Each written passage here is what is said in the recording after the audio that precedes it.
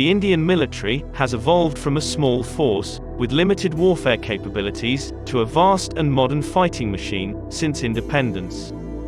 The organizational framework for conventional warfare or limited fights under nuclear overrank already exists, but it must be redesigned, re-equipped, and reoriented to conduct joint combat in digitized battlespace in order to have the flexibility required for other types of operations. India must prepare for militarily threats posed by China and Pakistan. India is confronted with a difficult strategic environment that stretches from the Western Pacific to the Indian Ocean region (IOR). China will continue to exert itself in the future, attempting to gain supremacy in the states surrounding India and the Indian Ocean region. China's People's Liberation Army Navy is increasing, and could soon constitute a significant threat to India, despite the fact that it is not yet minatory. The Chief of the Military Staff, General Bipin Rawat, said that the armed forces must break their reliance on costly foreign weapon systems, and instead focus their full attention to ensuring that "Make in India" is more than a slogan. According to a research by the Congressional Research Service, India's reliance on Russian arms and equipment has decreased significantly, but the Indian military cannot function efficiently without Russian-supplied equipment, and will continue to rely on its weapons systems in the near and medium term. For India, there is no other option but to build a robust domestic defense industrial base, and also needs to be proper prioritization of operational requirements. These are some of India's homegrown weapons programs that should be given top priority by the government.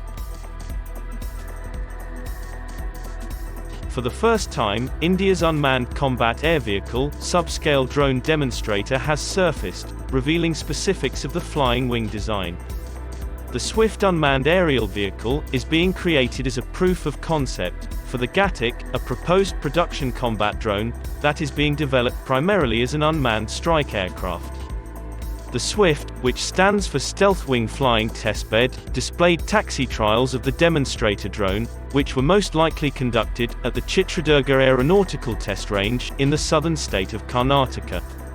The planned Govt drone will be larger than the Swift, though it's unclear whether this is in terms of dimensions or weight. Preferably, the UCAVs will be pre-programmed to operate independently, while being watched by remote stations situated outside of the war zone. UCAV mission parameters can be changed on the fly, either by the UCAVs themselves, or by the ground stations. The UCAV's mission is completed when the payload is delivered, or the fuel load runs out, whichever happens first. However, due to fuel constraints, UCAVs are unable to stay on station for as long as they would want. Some manned aircraft can refuel while in flight, allowing them to increase their range and stay on station longer. The UCAVs will have a low radar signature, which will decrease probability of the aerial vehicles being detected by radar.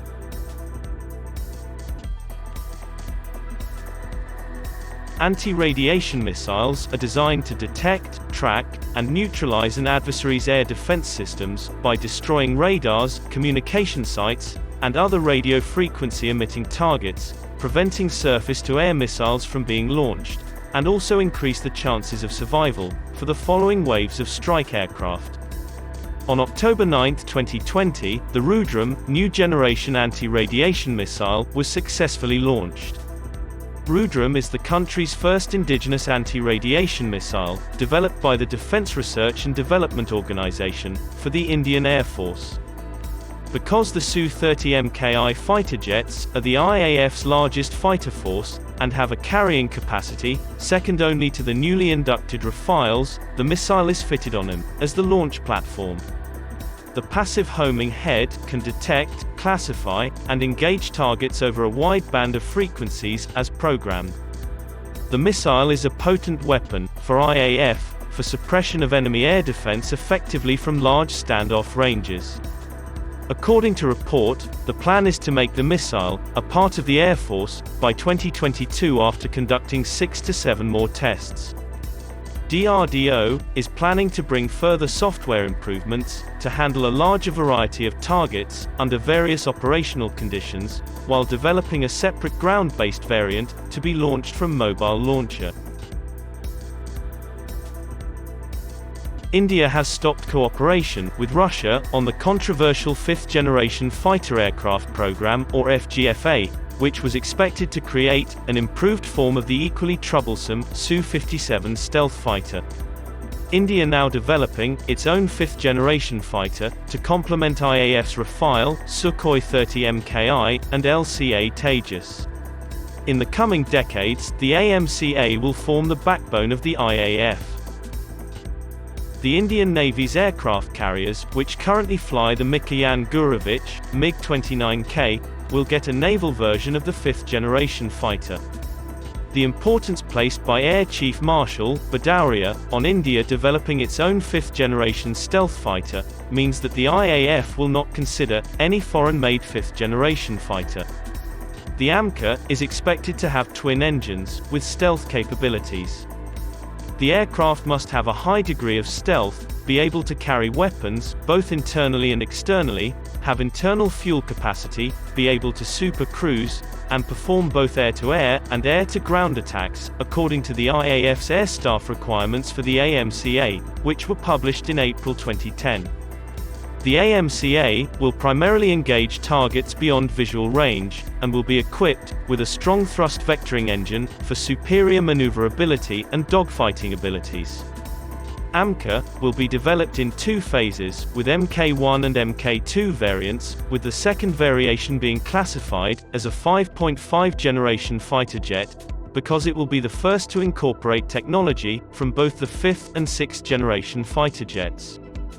The AMCA Mk2 will not only receive new 110 kN thrust engines, but it will also be one of the first jets to incorporate artificial intelligence, which will not only assist the pilot in operational missions, but will also be capable of controlling fighter jets by performing auto take-off and landing features to reduce the pilot's workload. Mk2 will also receive an enhanced AI software that will not only scan an area when numerous enemies are present, but will also aid the pilot in selecting the high-risk priority target that must be engaged first. Brahmos, the world's fastest anti-ship cruise missile, is in the arsenals of India's three armed forces, Army, Navy, and Air Force. There are several versions of the Brahmos that can be launched from land, sea, through warships and submarines, and air, by Sukhoi 30 fighter planes.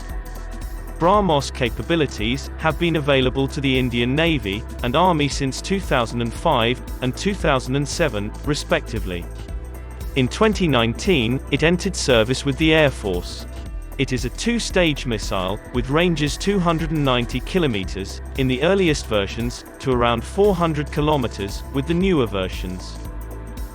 The Brahmos A is a modified air-launched version of the missile, with a range of 500 kilometers, that may be deployed as a standoff weapon from a Sukhoi 30 MKI. It is poised to begin the final phase of flight testing, which will see the missile fired at a range of flying envelopes. Many changes were made to the missile to lower its weight to 2.55 tons, including utilizing a smaller rocket, adding fins for airborne stability after launch, and moving the connector. India must support and expedite the agreement to construct the ambitious Brahmos next-generation missile project, which has been conceived by the Indo-Russian joint venture as being lighter and smaller in both weight and size. Brahmos NG is a multi-platform, multi-target, lightweight missile system that is more versatile, extremely precise, lethal, and flexible. The smaller missile will fit in submarine torpedo tubes and a large number of aircraft platforms, including the MiG-29, Rafale, and Su-30 MKI in bigger numbers, with the same range and speed, about 3 Mach. The smaller version will appeal to a large portion of the Indian market and have export potential. It will have the following major features: reduced size and weight for general use, advanced next-generation stealth, enhanced ECCM, electronic countermeasure efficacy, Launch ready from torpedo tube and vertical position.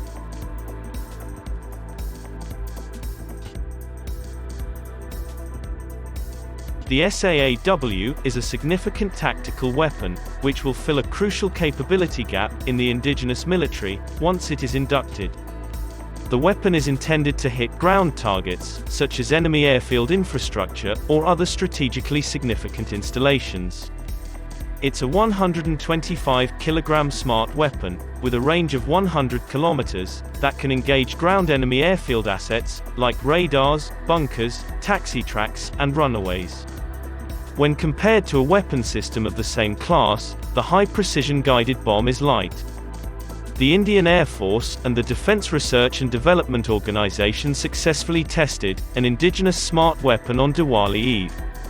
At the moment, the SAAW can be launched from Jaguar and Sukhoi 30 Mki aircraft.